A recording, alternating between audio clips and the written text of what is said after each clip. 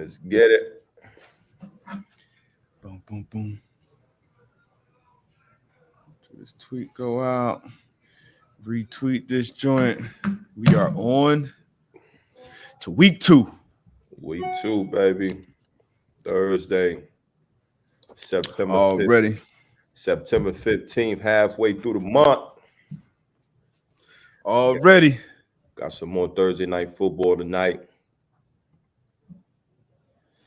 Thursday night football. This is the first new, the Amazon Thursday night football. Kirk Herbstreit, Al Michaels, the whole production that Amazon got on. The first one we had with the Bills Rams. That was a Sunday night football production. But I'm excited about this one, man. Got a great matchup to kick off. Two young guns with Mahomes kind of seemed like a vet in the game at this point with all that he's accomplished in his young career, but still two young guns. AFC West, Justin Herbert, Patrick Mahomes. We obviously going to talk about that. What else we got today, AB? Man, definitely got to talk about that Monday night meltdown at the end of the game. Denver Broncos. You ain't like the 64-yard attempt? I definitely did. But we also on the flip side, we got to talk about how Geno Smith, man, how he stepped up and how he took advantage of his opportunity, man. Hope that continue to play true, man. Obviously, some injury updates. TJ Watt, 6 weeks with a torn pec. We're gonna talk about that. Dak out, had surgery on his thumb. So we got some stuff to talk about, man. Yeah, man. I don't know if you saw it yet, but it came out within the last hour. You're a tennis guy. Roger Federer announced his retirement from tennis. So that's obviously huge. He's been one of the pillars in the game on the men's side. Obviously, Serena said she was hanging it up, and I think Serena gonna be back though. I feel like she was playing too good. She was playing too good. Like that dog in there, that competitor gonna come back. I think she will see probably next year. I doubt she would take a full year. What you think? I heard something yesterday, and she was I don't know who was interviewing her or where she was at, but she said, "Hey, who knows? Tom Brady came back. So she's kind of she's keeping that window open. I think it definitely would be something, give her some time to relax and spend some time with the family, and see how her body feels. So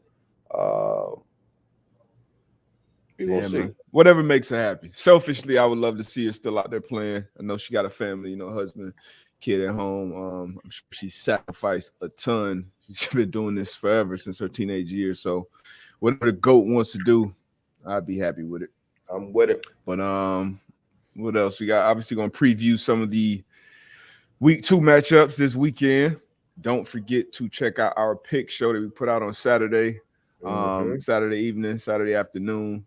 Me and AB, literally 20, 25 minutes. We talk through every matchup of the weekend, obviously make our selections, but more importantly, talk about why we're making these selections. Week 1 was, kind of crazy. Mediocre. It was hitting on the props. It was some mid. But, it was some mid. It was Reggie, but it's a long season. Lot of ball left, as I like to say. But, yeah, man. And obviously getting y'all questions, interactions, comments as well. So first Thursday show of the season? Second. It's our second, obviously, last because we talked Rams. But last week. True. Yes, sir. It'll be a good one. See y'all on the other side. Absolutely. Let's get it.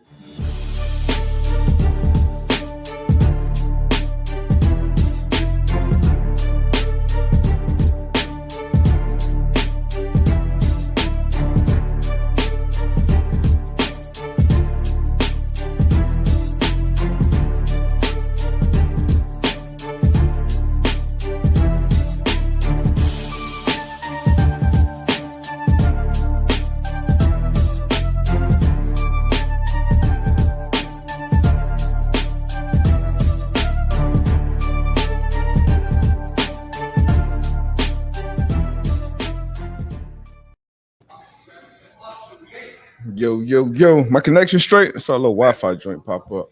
Nah, you good money. You good money. All right, we solid. We good money. We good money, man. So let's jump into it, man. Let's jump into it. Let's get it. Let's start off with the Monday night game. Broncos at Seattle or Denver at Seattle.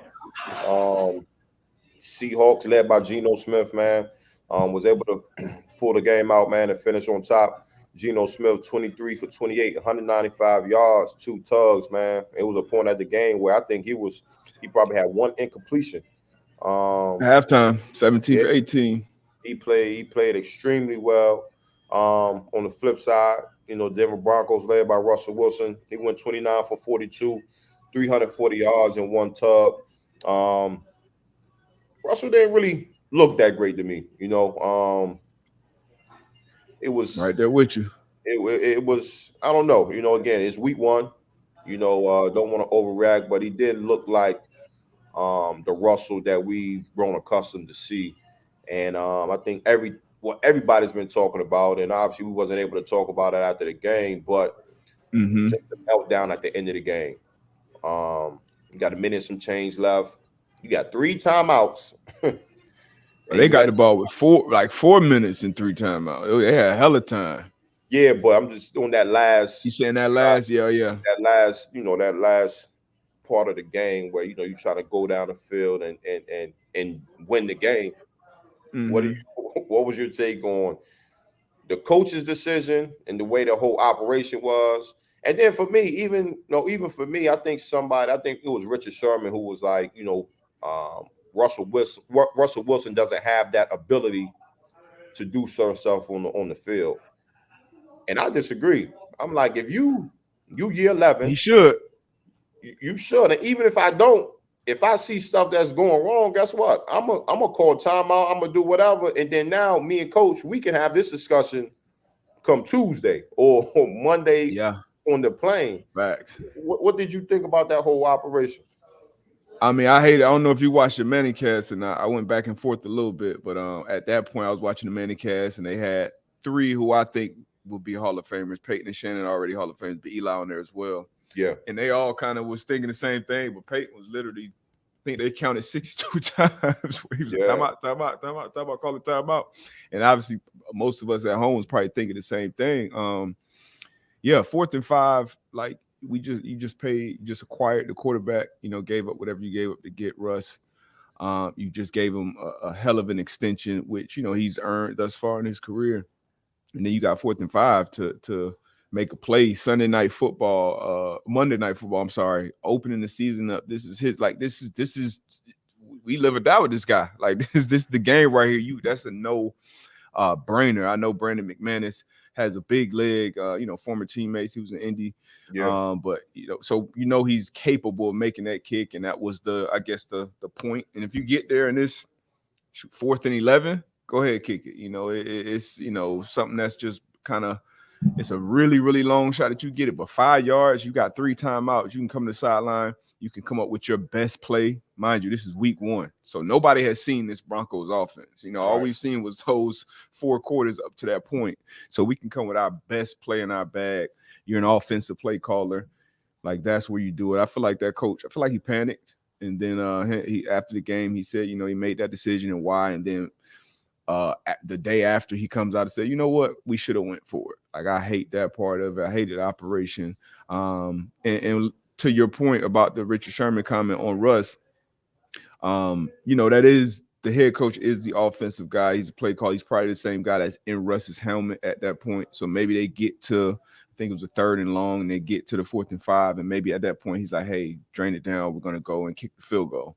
So maybe Russ got that immediately, and it wasn't like it was a pause where Russ calls the timeout and just goes through it. But I'm with you. Russ didn't look good. The numbers look good, and obviously we remember the 2 goal line fumbles, so they should have had 2 more touchdowns on the board, in my opinion. But he just looked like almost like a young quarterback that wasn't really ready for that type of environment in that moment, which is weird because he's played in that stadium his entire career, obviously as a home quarterback, but what they bring. That could be it too, though. That could be it too, though. Like, he's an 11-year vet. This guy got a Super Bowl, one of the most winningest quarterbacks in NFL history when it comes to winning percentage. Like, he looked rattled at times. Like, you know what I mean? Like, that was shocking to me. it was shocking to me too. But I don't think we can downplay like how like the Emotions and shit. emotions, yeah. And then you run out, you getting booed. So I'm pretty sure he might have thought that he was gonna get a welcoming,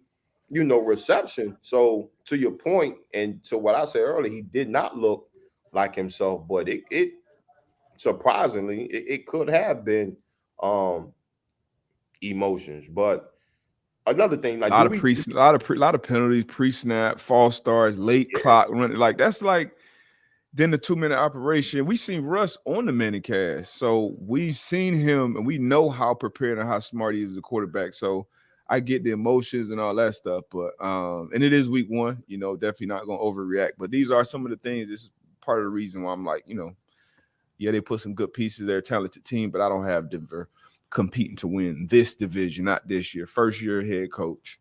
Obviously a veteran quarterback, but the top three guys, Judy, Sutton, and Hamler, they had 2 touchdowns all together last year, injured a lot and stuff like that. A lot of moving parts, but that was very disappointing if I'm a Broncos fan to start that season off like that. But like you said, it could have been emotions, could have been being in that stadium, could have been a lot of things. But no excuses, no explanations. You know how at we all, rock.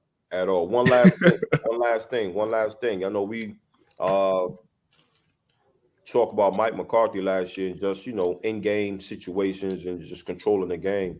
Obviously, week one, like you said, first-year head coach.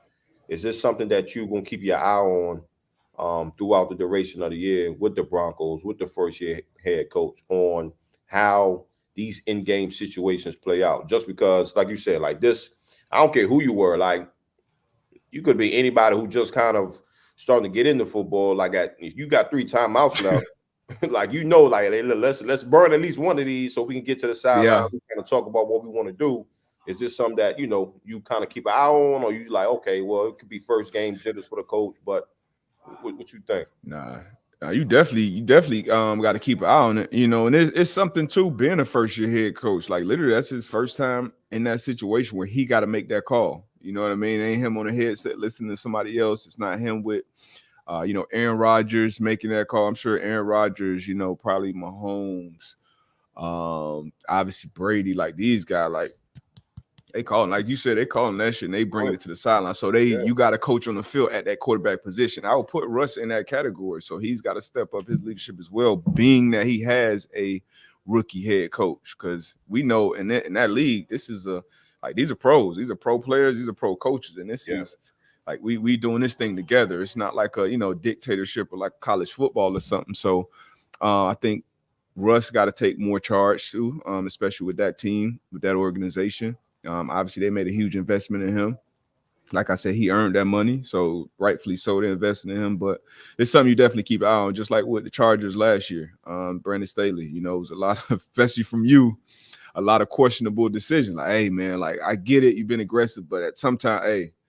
So that was his thing. But what I respected from him is he'll make those super aggressive decisions and then stand in front of the podium after the game and say, hey, to message to the media, to his locker room, this is who we are, this is who we're going to be, this is our identity, blah, blah, blah. And then in week one, I'm not sure, I know you watched the Chargers Raiders games, but there was times where he punted, he kicked the field goal, he did. So you learn, you evolve and grow. So hopefully we'll see that with Hackett too. He listened to the man pod, like, man, play football like I play football. But nah, definitely something that we keep an eye on. And hopefully we can, week 1 to week 2, we see a transition or some improvement from the different Broncos. But this is huge right here. Steelers linebacker TJ Watt confirms that he'll be back this season. Tearing his pec, the first game against the Cincinnati Bengals. When I'm watching the game and I see what he grabbed, I'm like, look, I've done that twice. You know what I mean? So I'm like, I already know what that's for. I already know what that is. No surgery, which is good. He said 6 weeks. That's kind of surprising to me, not knowing, but obviously not knowing what type of tear that he has, but what type of impact not having TJ Watt out there for the next 6 games. Man. What you think is going to have for the Steelers and their defense? I mean, that's a big impact. Big impact. But you saw that week one. Shit, they came out and had an amazing performance and still barely won that game. Yeah, So offensively, I think it's a lot of work to be done. But you don't just replace a TJ Watt. Now, Highsmith on the other side had 3 sacks as well. So he balled. Minka Fitzpatrick, who they gave a ton of money, once again earned. He played lights out literally to the end. He blocked the extra point to send it to OT. And just I broke down some of the tape on Pat's show yesterday, and I'm gonna do it on the matchup this weekend. But they were on the string, they were on the same page defensively as far as second level, third level, first level. Everybody been on the same page coverage wise. So I think they'll still be good. It is Pittsburgh, it's Blitzburg, it's Mike Tomlin, it's Brian Flores, it's all these guys that have played and coached a ton of football. So I think they'll be all right, especially in that defensive end. Concerned about the offensive end. Harris banged up his foot. Mitch Trubisky, what is he gonna do? Maybe they go to your guy, Kenny Pickett, at some point. But yeah, I think defensively they'll be fine. Going for obviously won't be the same level. You know, that's the defensive player of the year, so it's not gonna be the same level. It will be some drop off, but I think they'll be fine. Miles Jack looked good, Bush looked good, Sutton, Fitzpatrick, like they look good. So I think they'll be all right defensively. What you think? Nah, I mean, I'm right there with you. You know, you can't replace the TJ Watt. But you got some playmakers on that defense, like you said, Minka Fitzpatrick. You know, you got Cam Hayward up there on the front, so you can't replace him. But you know, guys got to come in, got to fill in, and as a team, as a collective on that side of the ball, I think they do a hell of a job. Just with just the whole scheme, and you kind of just said it with the first, second, third level, everybody playing off one another, complement one another as well. So I think they'll be good. Najee Harris, see what happens, what type of effect he will have on that offense, not being out there or being out there. And like you said, Mitchell Trubisky, what does week 1 and week 2 look like for him? So I think they'll be all right, but definitely want to get TJ Watt back sooner than later. That's 6 weeks. I'm right there with you. I'm surprised. I'm surprised as well. I don't know who the hell he consulted. Or hey, I hope he back out there though. Cause shoot, I tore my right one in November. I wasn't ready till February. I had surgery on that one. And then I tore my left one in December. Oof.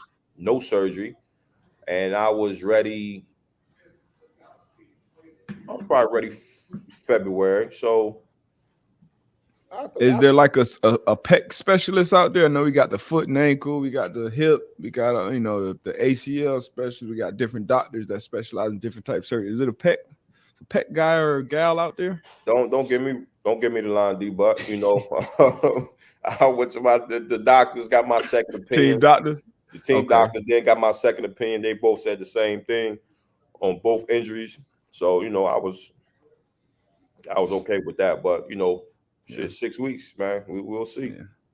Yeah, and that's what TJ did too. He obviously got the team's opinion, then went and got a second and third opinion, I believe, which the team has to pay for. And that was something that I learned early in my career, but a lot of people weren't aware of that or didn't want to make their team feel some type of way, which sometimes they do. But players, any young players that are listening to this, when you do get injured, you go you go see your team doctors. They're going to say something to you. They're going to say something to the coach, to the staff.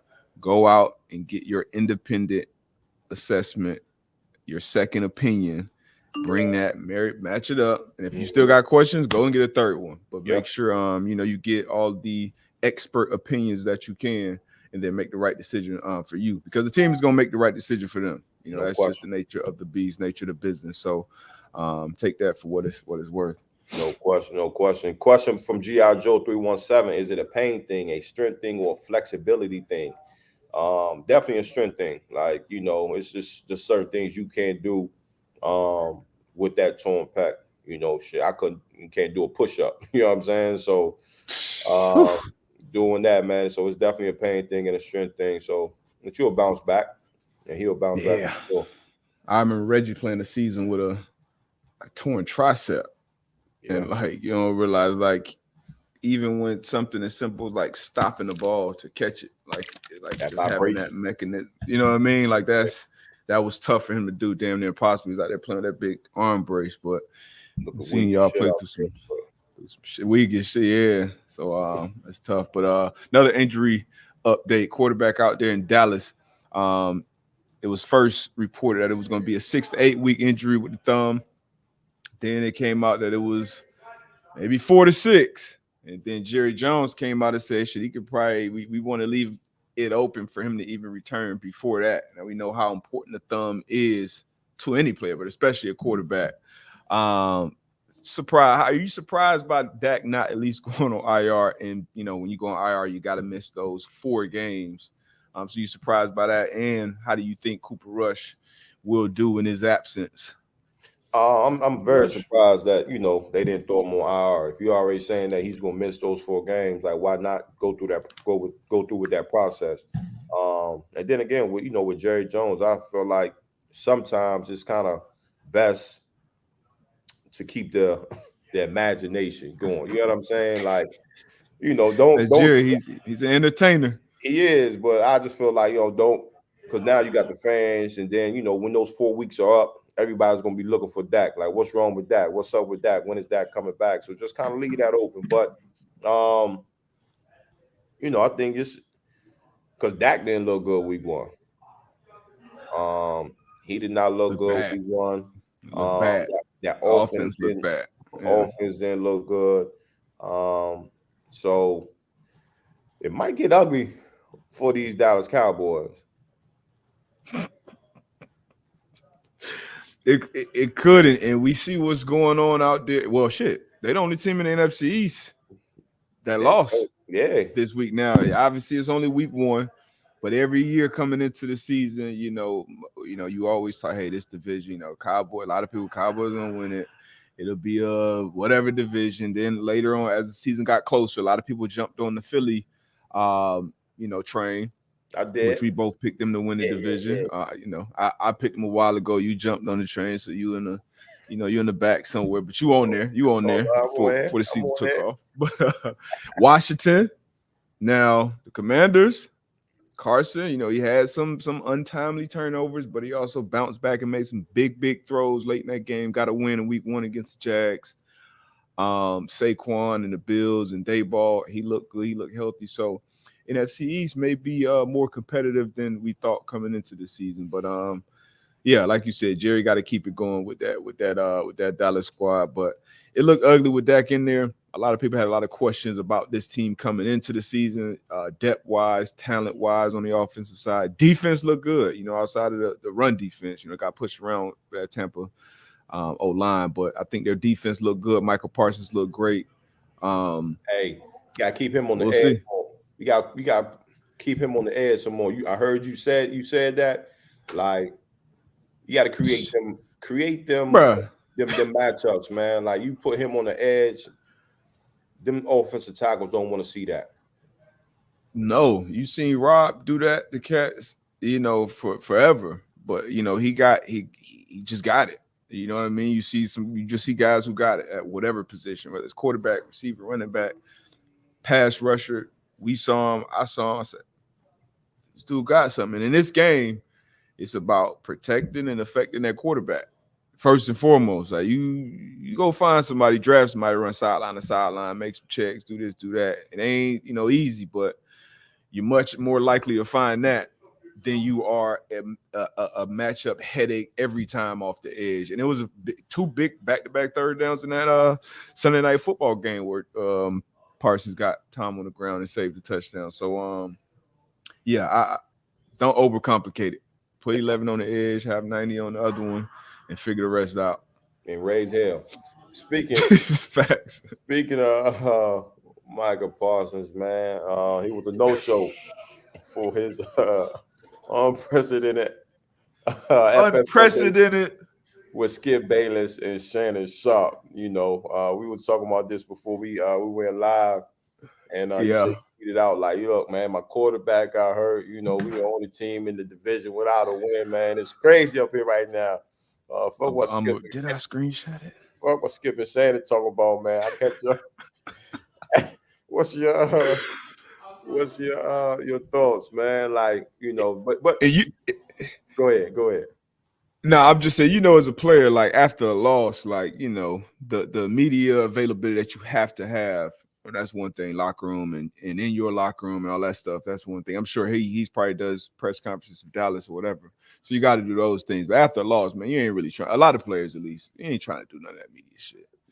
Even A-Rod, he went on Pat Show on Tuesday, and it's like, after losses, after wins, his third year on it, you have a conversation. Quarterback play forever. We'll be all right. We're going to bounce back, whatever. But Micah, young, his actual comment, Michael Parsons on not joining Undisputed yesterday. Quote, as my starting quarterback went down and we lost, I just didn't think it was appropriate for me to be on the show at that point. At this time, I need to step up and be a leader. Shouldn't be on TV. It shouldn't be on TV. It should be in this locker room. And I'm cool with that. I'm cool with that decision, but just ghosting them, It's the way you do it. It's the way you yeah, go. it's You know what I'm it's a saying? way to go about it. You go ahead and elaborate on that because I'm sure we feel the same about it. Nah, it's just the way you go about it because at the end of the Yeah.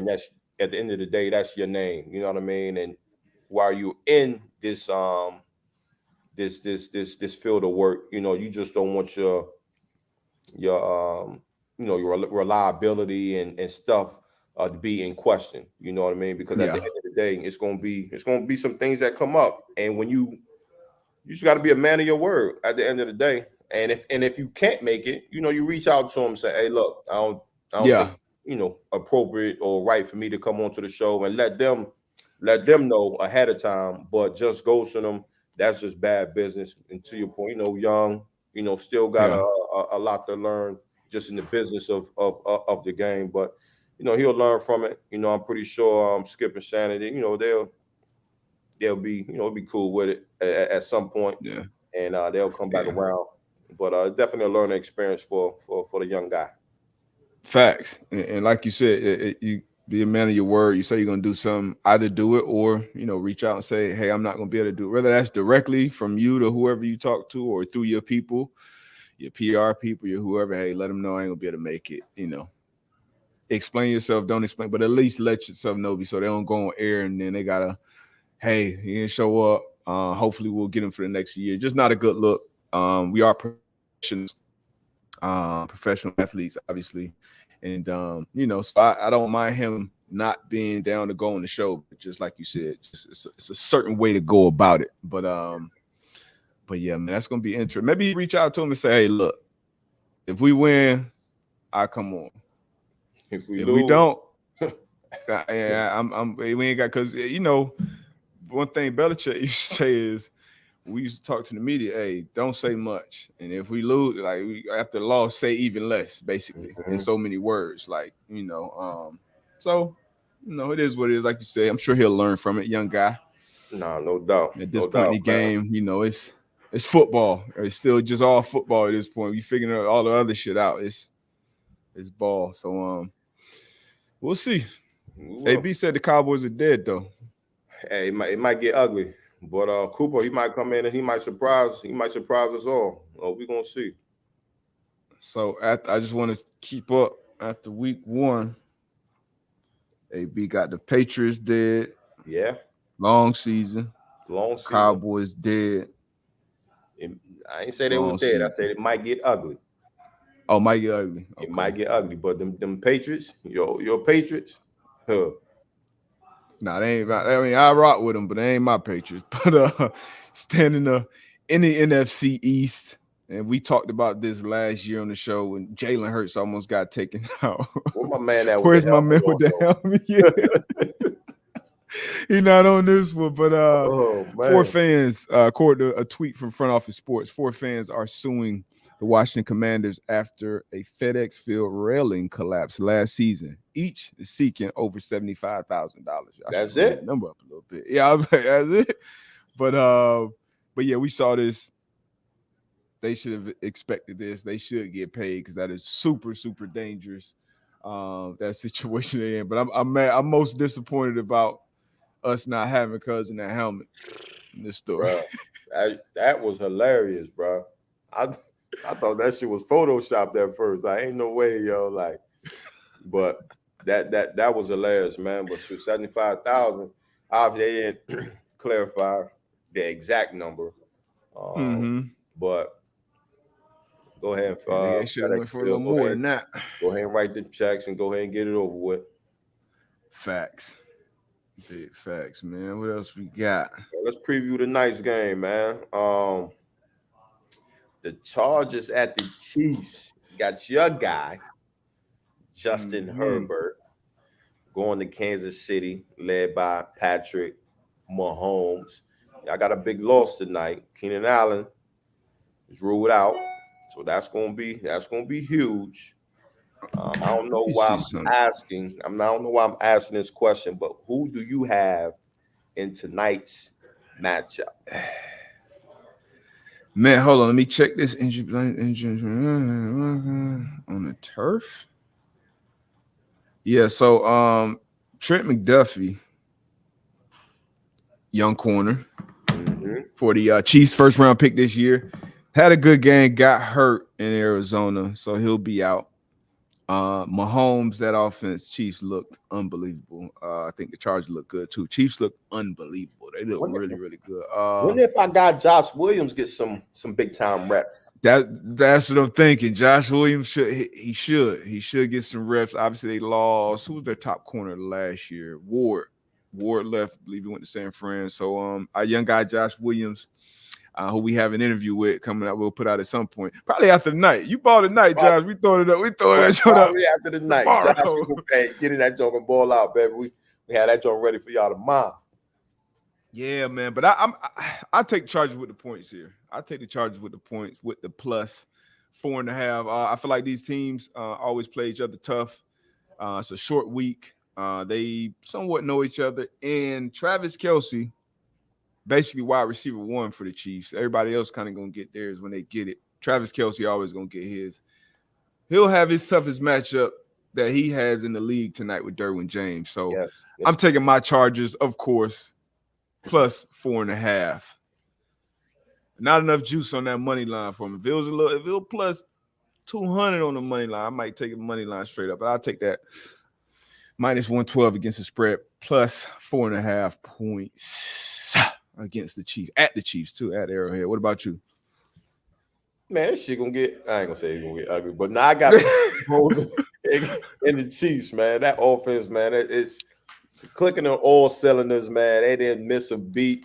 Chargers, defense, it got them 2 bookends. It's gonna be rushing after Mahomes, but I got Chiefs money line. I got them against the spread. I got them all across the board.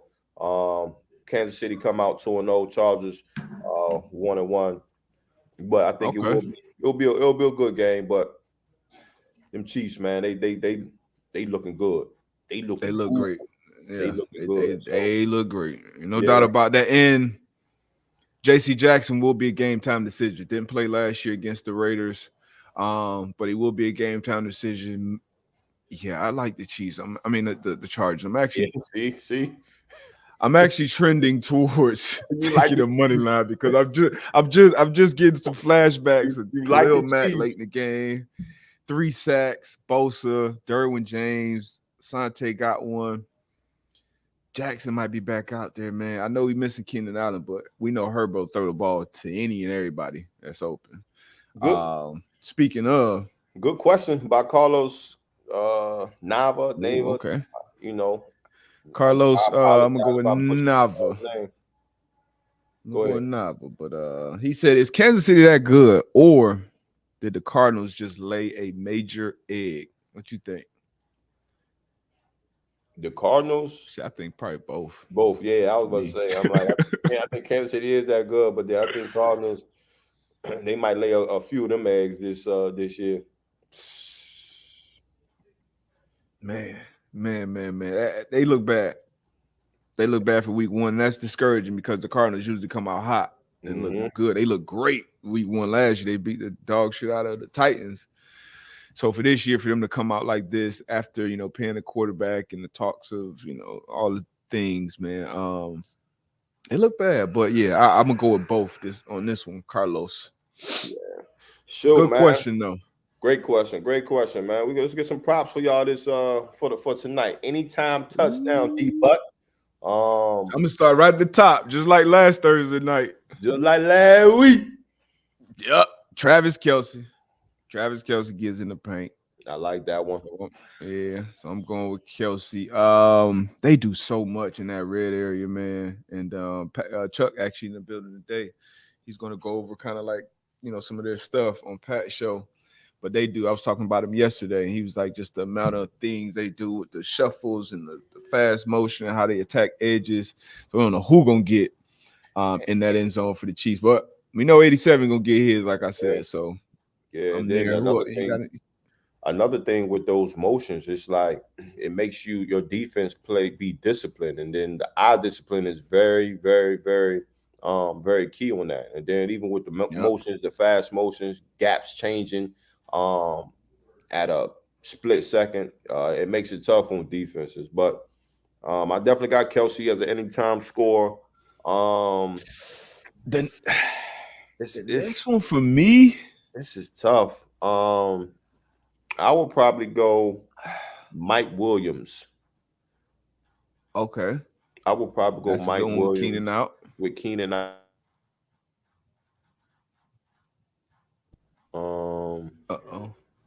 You good? And maybe Josh Palmer. I'm gonna go. I like McKinnon. I like him. It's so many people. Edwards, Hilaire, Isaiah. I like McKinnon though. So I like Kelsey McKinnon for the Chiefs. And then for the Chargers, does Herbert scramble and get in the zone tonight? I like Mike Williams and Josh Palmer for the Chargers. For the Chargers? Yeah. I'm gonna go with Herbert at plus 480. And then and Gerald Everett. I like Everett. So I'm going Herbert and Everett. Matter of fact, let me take this down. I'm gonna leave the odds up. But Herbert, what is he at? Plus 480. Yeah. So Herbert at plus 480 and Gerald Everett at plus 250. Yeah, so Gerald Everett at plus 250 and Herbert at plus 480. And your two were, and then we both agree with Kelsey at the top. Both is a minus 145. Agreed. And then who else you had for the who else you had all together? I had for the Chargers, I got Josh Palmer and Mike Williams. Josh Palmer and Mike Williams. All right. What we talking about? I want to do that McKinnon. I'll leave McKinnon on there. Take a chance on him. We talking about the quarterback. We got Justin Herbert over under 279.5. And Patrick Mahomes, we got 295.5. It's a lot of yards. A lot of yards. Justin Herbert only 1.5. You know what? I may stay away from the passing yards on this one. I mean, if I had to choose them, I say both of them over, just who they are. But that passing touchdown prop for Herbert over 1.5. Give me that. I'll take that. It's 215. Damn, okay. Why would they put it down there then? But yeah, I'm taking over. I take that over. Yeah, I'll take that. It's easy money. But the odds ain't too great. Patrick Mahomes over under 2.5 passing touchdowns. Gave him 5 last week. What are you gonna do? I say over, because even with them shovel passes and shit, like those are those passes, like. So yeah, give me the over. Yeah, over on both passes. Passing yard shit. Over on both of those two. Ooh, they just gonna prove me wrong. Come on, have a bad game. Tough right there. I know it's a lot of yards. A lot of yards. Somebody said Justin Herbert gonna be playing from behind, so they going with the over. Zach. Yeah, I mean, I think both. Yeah, both of these teams, like I think they'll try to establish a run game, but I also believe both of them, like all right, we won't have to run. Like we can throw this ball every time if we want to on the short week. Just put in your quarterback hands, let them make the right plays. Both of them can make the right plays with their arm, with their legs. Mahomes, to your point that you had coming into the season, he looked like he was operating a lot more from the pocket and within the offense. And woo, that's scary. That's tough. That's tough. That's scary on defenses, man. Man, if that young man could continue to get better, whew, yeah, it's rough, man. So where you at with the prop? With the player prop, with the passing yards, man, I'm gonna go Justin Herbert over 279.5. Yep, I'm gonna go with him over, and then I'm gonna go Patrick Mahomes under. Patrick Mahomes under. Okay, I got these right last week too with the over under with Stafford and Allen. And then passing touchdowns, I'll go over with Herbert. And I'll go over with Patrick Mahomes as well. So I got Justin Herbert. Right. Yep. I got Justin Herbert on the over with the passing yards, Patrick Mahomes under, and both over on the passing touchdowns. Bet. Rushing prop. Talk about establishing the run a little bit. Herbert over under 14.5. Mahomes 17.5 is his number. Clyde Edwards-Helaire 48.5 is his number. Give me that under right now. Austin Eckler 53.5. Jerick McKinnon 15.5. Give me over on Jerick McKinnon. Same. Give me that over on Jerick McKinnon. You said Clyde. Austin. You said Clyde Edwards-Helaire. You said under on the 48.5. I'm gonna say under. Yeah, I'm gonna say under. Austin Eckler. That 53.5 is tough. Yeah, especially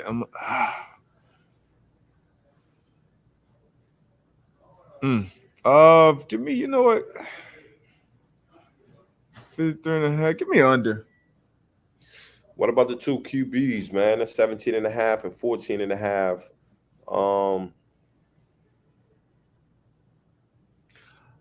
Now, I was actually watching Chiefs Chargers from week 15 last year. And when the game got close, Mahomes, he escaped a lot up to his right and they had a long run in that 2-minute drive. With this pass rush, with those guys coming off the edge, the quarterback is thinking especially Mahomes, I got to get out this pocket. I got to get out this pocket. Maybe he get a little 8 here, a little 10 here. I'm going to go over with Mahomes.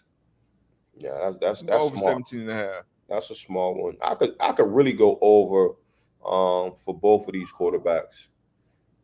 I can see Justin Herbert for 15. I'm gonna go under with Herbert. Under with Herbert, over with Mahomes, which kind of seems a little backwards, but yeah, that's what I'm feeling. It'll be a good week. I'd say a good game on Thursday night. We got receiving props. Austin Eckler. It's the last props we got. Last prop over under 39.5. Mike Williams at 69.5. Josh Palmer at 45.5. I'm going over with Josh Palmer. Travis Kelce, 80.5.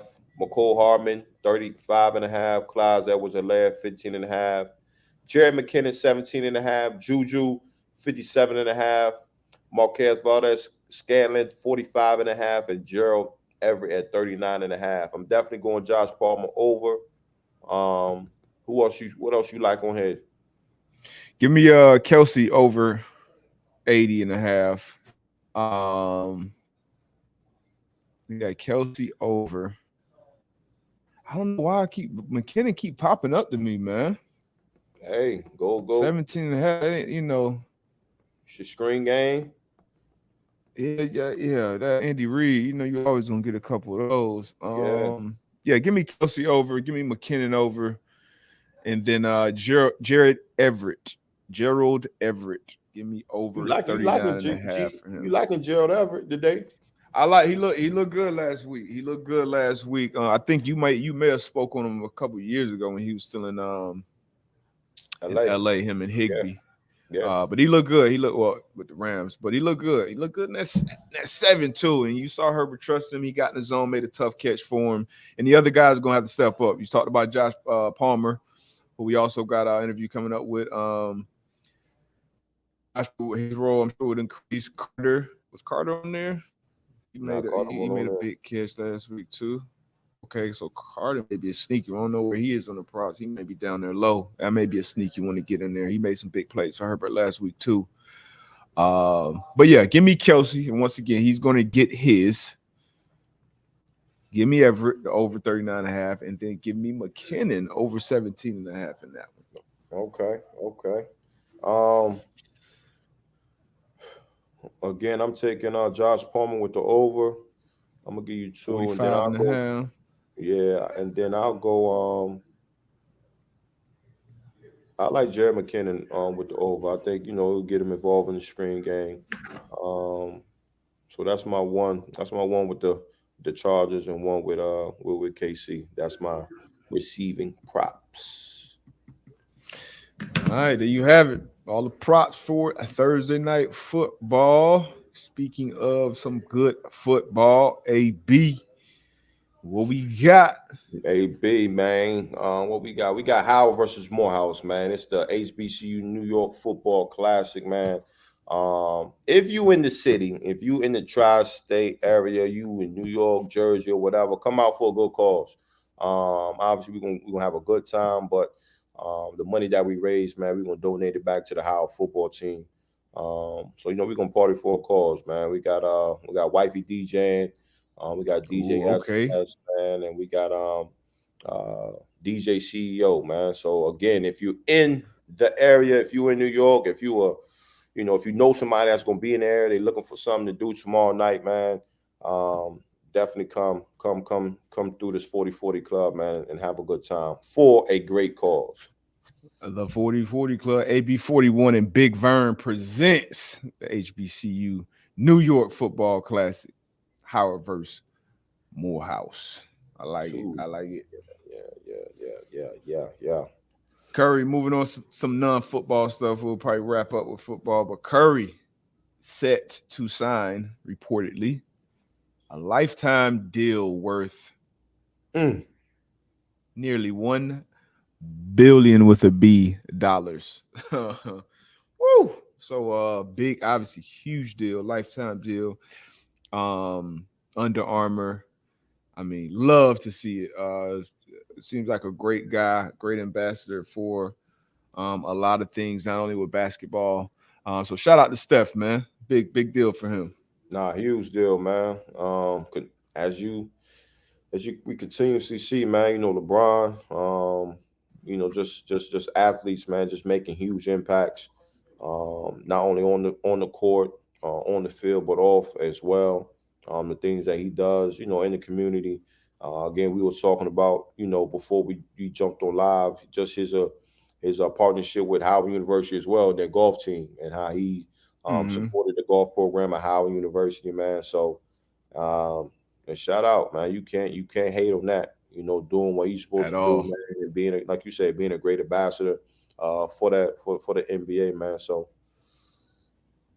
good stuff, man. Hopefully, with these bees we seeing with him, with LeBron, hopefully they can make some moves of owning a team soon.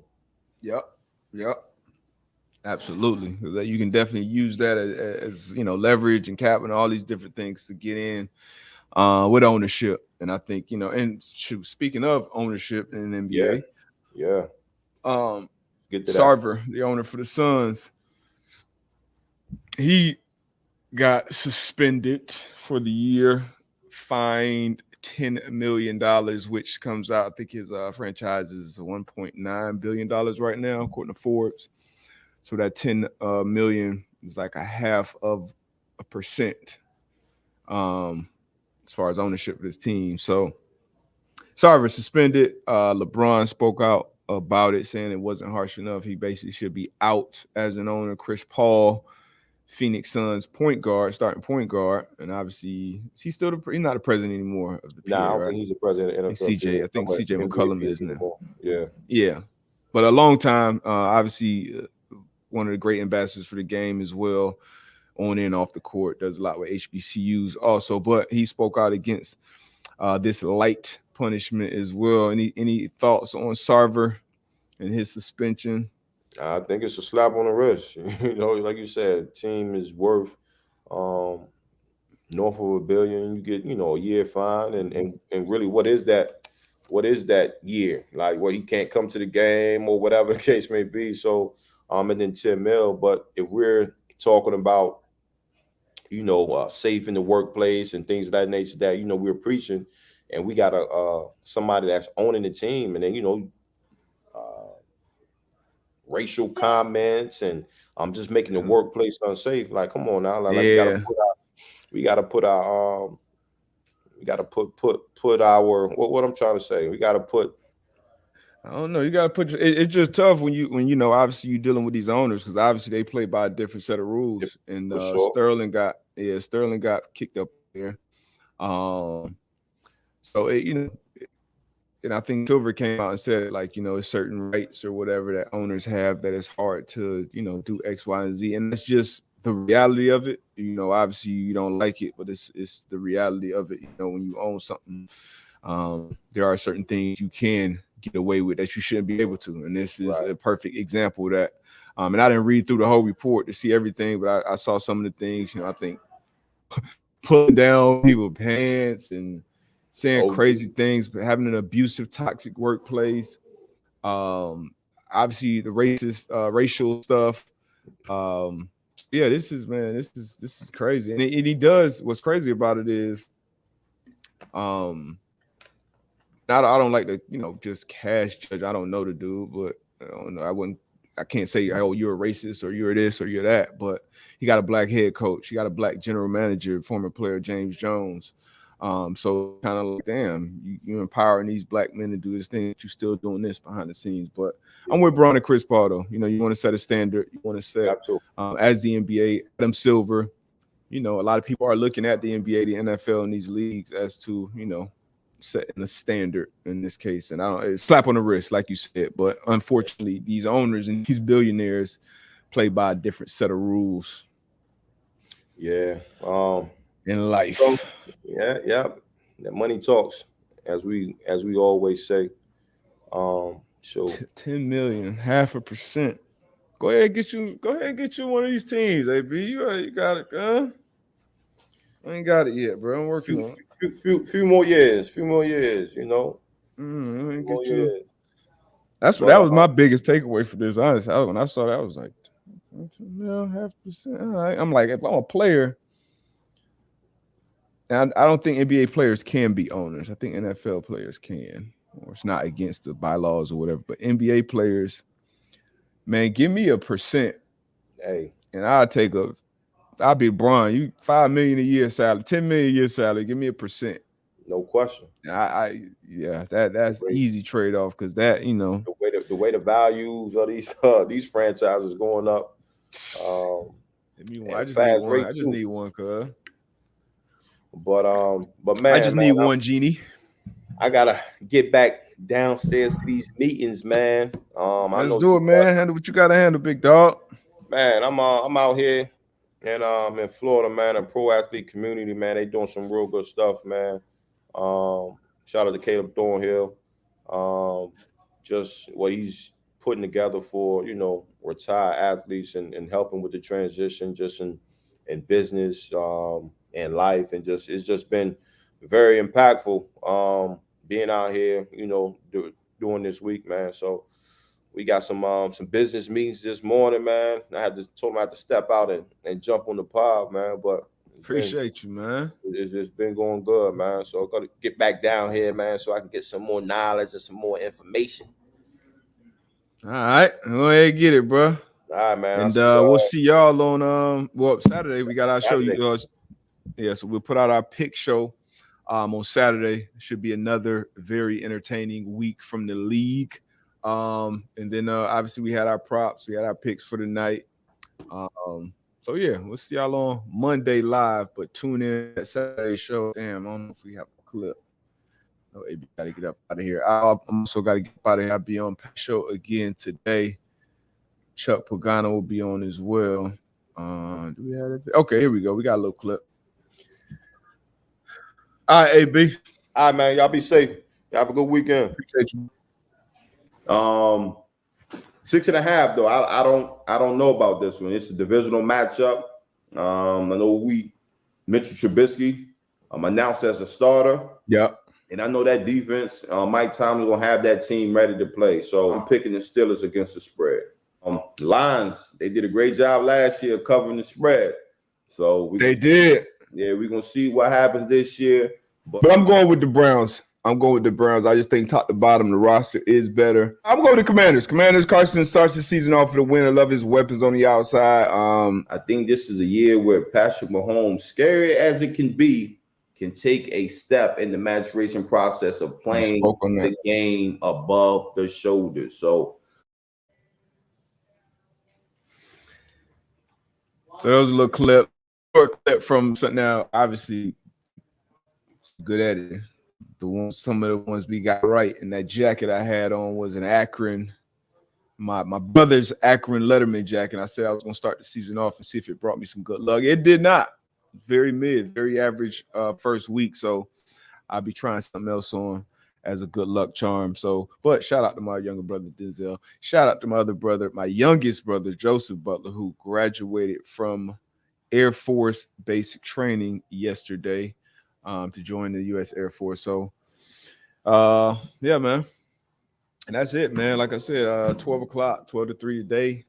YouTube, I'll be on Pat McAfee Show every week, Wednesday and Thursday. And obviously here, Monday and Thursdays, 10 a.m. live. Saturday afternoon pick show. We pick every game for that Sunday slate. Appreciate y'all.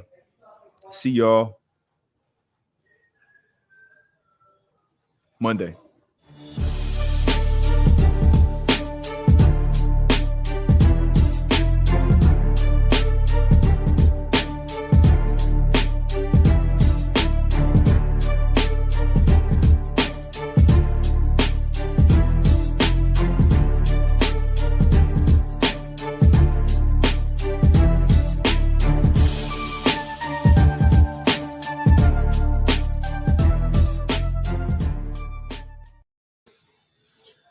All right, go.